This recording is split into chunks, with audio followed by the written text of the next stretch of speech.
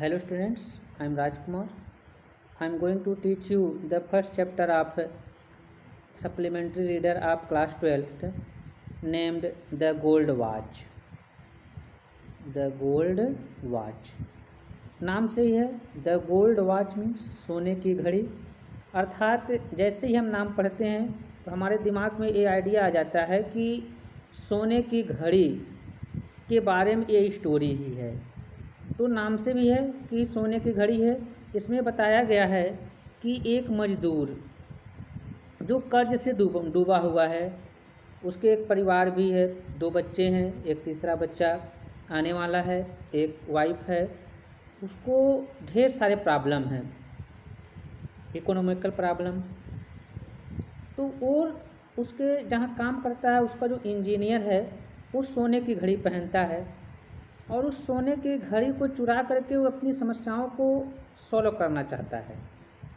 लेकिन क्या वो घड़ी को चुरा लेता है या फिर चुराने से पहले उसकी जो फीलिंग कैसी होती है और चुराने के बाद उसकी कैसी फीलिंग होती है, ये सब हम इस लेसन को पढ़ने के बाद जानते हैं। तो देखते हैं, स्टार्ट करते हैं story. As on many previous night, Shanku could not get any sleep that night. He turned and tossed in his bed, but it was no use. जैसा कि हमेशा की रात की बात है, as on many previous night, जैसा कि हमेशा की रात की बात होती है, शंकु could not get any sleep that night, जैसे हमेशा नहीं सो पाता था, शंकु उस रात को भी सो नहीं पाया। ही turned and tossed in his bed, वो अपने बेड पर इधर से मुड़ता था, उधर मुड़ता था और कूदता था, जो कुछ भी है। But it was no use, लेकिन इसका कोई फ़ायदा नहीं था। यहाँ एक सेंस दिया है कि it was no use. No use means क्या होता है कि अर्थात तो उसने इस करवट से उस करवट बदला, कभी कूदता था बिस्तर पर, लेकिन उसको नींद नहीं आई, वो सो नहीं पाया।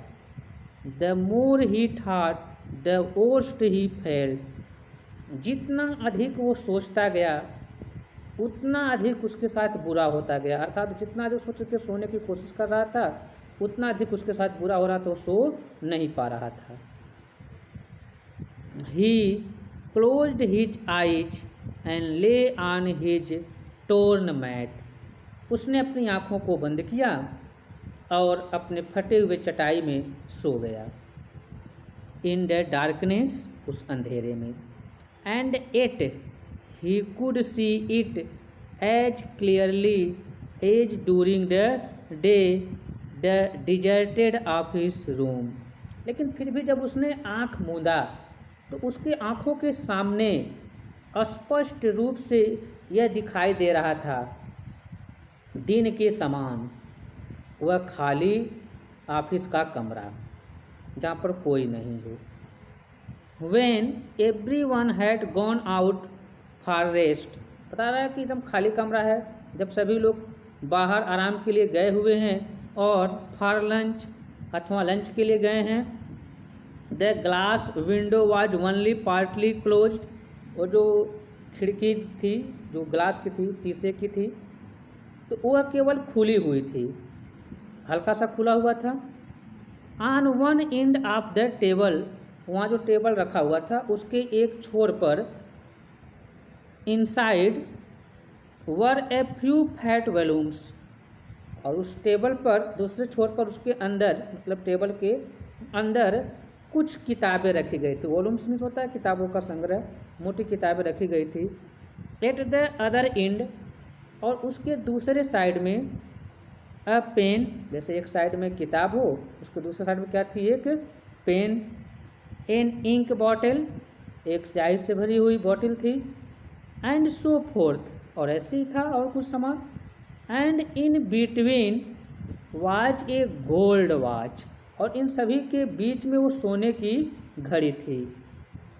With its gold chain placed on a book, अपने सुनहरे चैन के साथ वह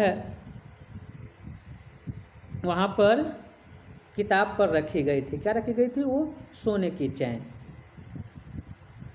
open the window and stretch out your hand about a foot. Open the window, अभी सोच रहा है केवल विंडो खिड़की को खोल देना है। स्ट्रेच आउट योर हैंड्स, अपने हाथ को फैलाना है। अबाउट ए फुट, लगभग मुश्किल से 1 फीट की दूरी पर। And you can pick up it up, और आप उसको आसानी से पकड़ सकते हो। किसको यहाँ पकड़ने की बात कर रहा है? वो घड़ी को। Everyone is out for lunch, सभी लोग लंच पे गए हुए हैं, बाहर गए हुए हैं। नोबॉडी विल नो, कोई भी व्यक्ति जानता नहीं है। शंकु रिमेंबर्ड हिज इफोर्ट्स, शंकु अपने प्रयास को याद कर रहा था। हिज कावर्डिस, अपने थोड़े से डरपन को याद भी कर रहा था, क्योंकि उसको थोड़ा सा डर भी लग रहा था। And his vacillation during the past few days, और कुछ दिनों से जो उसकी घबराहट थी, जो परेशानियाँ थीं, उसके बारे में वो याद कर रहा था।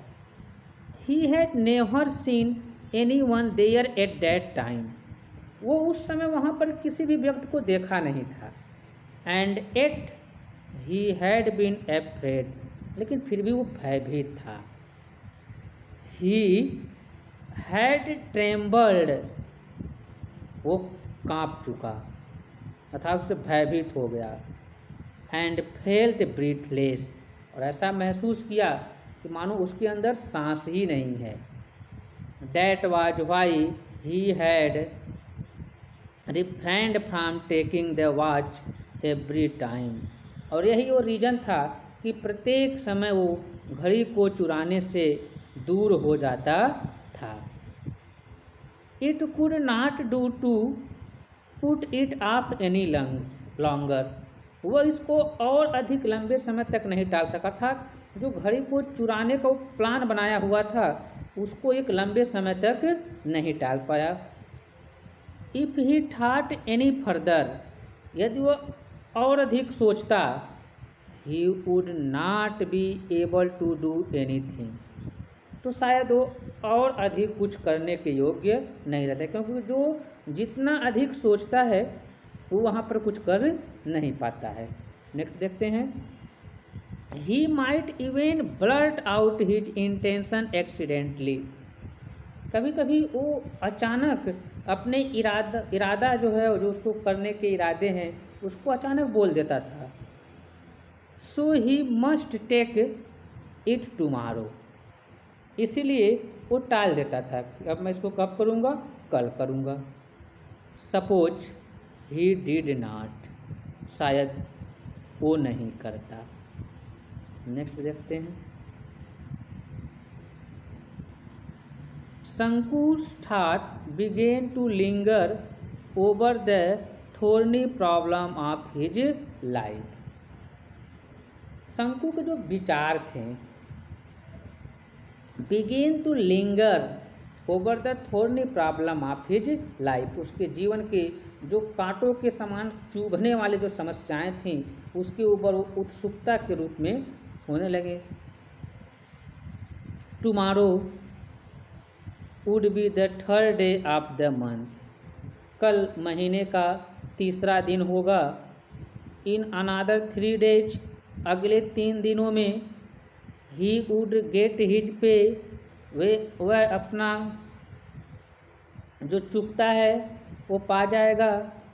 13 rupees फॉर 13 days, 13 दिन का 13 रुपये जो मेहनत किया है उसको पा जाएगा। ही हैड टू पे 4.5 rupees for purchases at the store, और उस 13 रुपये में से वो 4 रुपये और आधा अर्थात 4.5 रुपये जो स्टोर से सामान खरीद के लाया था उसको देना था। There would be a balance of 8.5 rupees, और 8.5 रुपये का एक संतुलन कुछ बनाना भी था। He had repaid only 5 out of the 10 rupees he had borrowed from the fund. उसे केवल 10 में से 5 रुपये ही चुकाना था। किसको? वो जो फंड से, जो फंड कटता था उसमें से जो उधार लिया हुआ था वो 10 रुपये था, लेकिन उसमें से 5 रुपये उसको चुकाना था। The previous month to go home for his mother's death anniversary. जब वो अपनी माता के डेट की जो एनिवर्सरी थी उस समय जब वो अपने गांव गया हुआ था तो उस समय वो फंड लिया था, उसी फंड को उसको क्या करना था? चुकाना था। No, he must pay the remaining 5 rupees with interest at 6 months a rupees a week. कारण नहीं, he must pay the remaining 5 rupees with interest at 6 पैसे a रुपी a वीक। कारण नहीं, उसे निश्चित ही है बाकी के 5 रुपये को चुकाना होगा ब्याज के साथ। ब्याज कैसा है? ब्याज है कि 6 पैसे a रुपी a वीक। 1 रुपये के 1 सप्ताह का 6 पैसे क्या था? इंटरेस्ट था, अर्थात ब्याज था। अब देखते हैं, एट द टी शॉप, चाय की दुकान पर, he owed over 3 rupees for 2 weeks. 2 सप्ताह के लिए वो चाय की दुकान पर कितना बाकी था? 3 रुपये बाकी था। Besides previous arrears amounting to a rupee and a half. इसके अतिरिक्त उसका जो पिछले साल का बकाया था वो क्या था? a रुपी एंड हाफ, अर्थात 1.5 रुपया वो पिछले साल का ही बकाया था।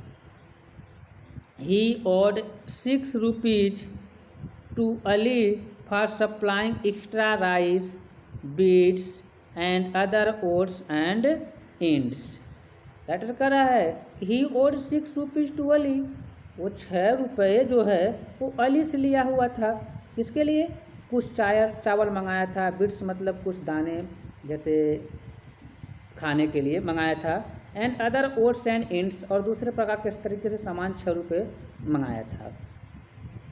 1 month's house rent was 3 rupees. 1 महीने के जो घर के किराया था वो भी 3 रुपये था। In addition to these sums, इन राशियों की दशा में, he had taken small loans of 12 पैसे, 25 पैसे एंड 50 पैसे फ्रॉम सेवरल पीपुल। राइटर कह रहा है कि इस दशा में, in addition to these sums, इन रुपयों की दशा में, he had taken small loans of 12 पैसे। वो एक छोटा सा लोन लिया हुआ था 12 पैसे का, 25 पैसे 25 पैसे का लोन लिया हुआ था, एंड 50 पैसे फ्रॉम सेवरल पीपुल, और कुछ अलग अलग लोगों से 50 पैसे का लोन लिया था। उसका छोटा सा लोन कैसा था? 12 पैसे, 25 पैसे और 25 पैसे। And his wife had reminded him 2 days before, और उसकी पत्नी 2 दिन पहले ही उसको याद दिला दी थी, about 1 rupee to be paid to the fish women, उसमें से जो 1 रुपये था वो उस मछली वाली औरत को देना था।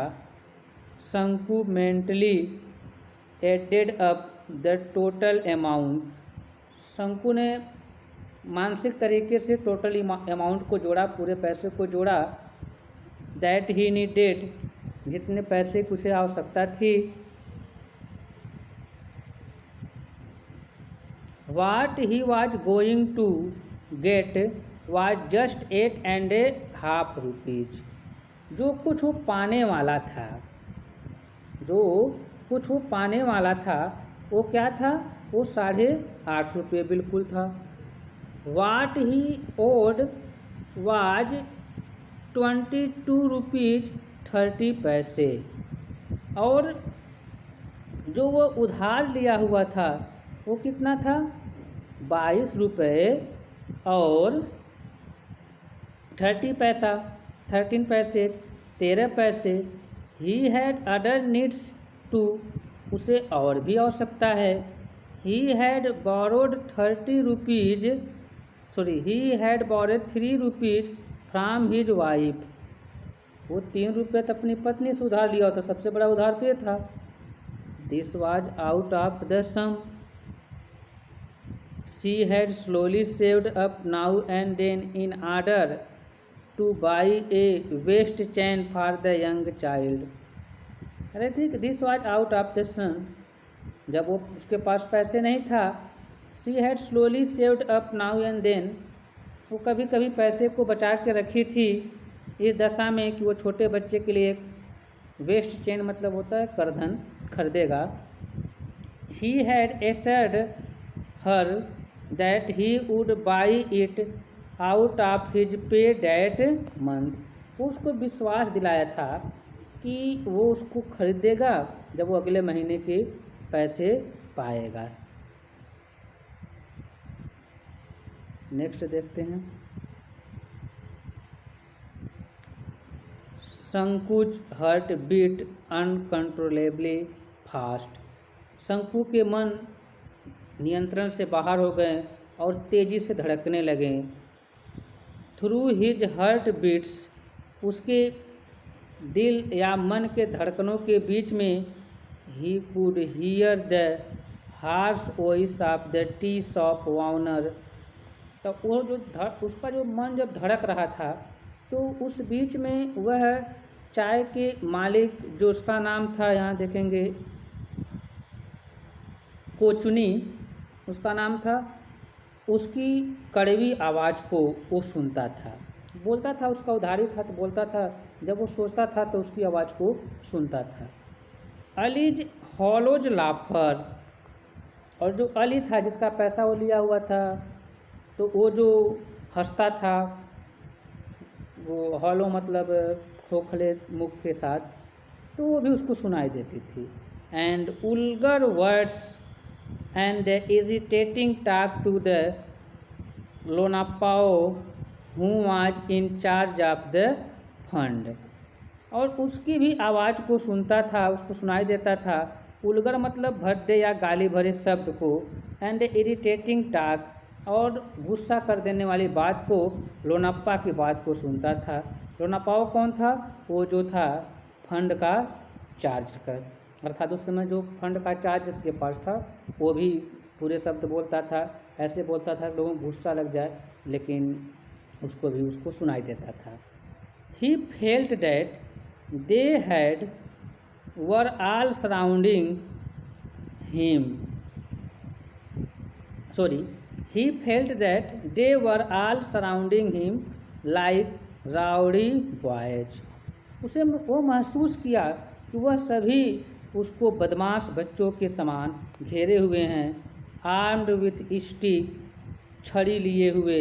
गदरिंग अराउंड ए स्टरे डॉग्स, एक भटके हुए कुत्ते के चारों तरफ है छड़ी लिए हुए जो बदमाश बच्चे उसको घेरे, जैसे कुत्ते को घेरते हैं वैसे उसको ये सभी उधार वाले उसको घेरे हुए लग रहे थे। वाट हॉरिबल सीन, कितनी भयानक ये सीन थी, इसको हम लोग देख सकते हैं। तो इस पार्ट में इतना, फिर हम आगे की चर्चा करेंगे अगले वीडियो में। Have nice day, best of lux.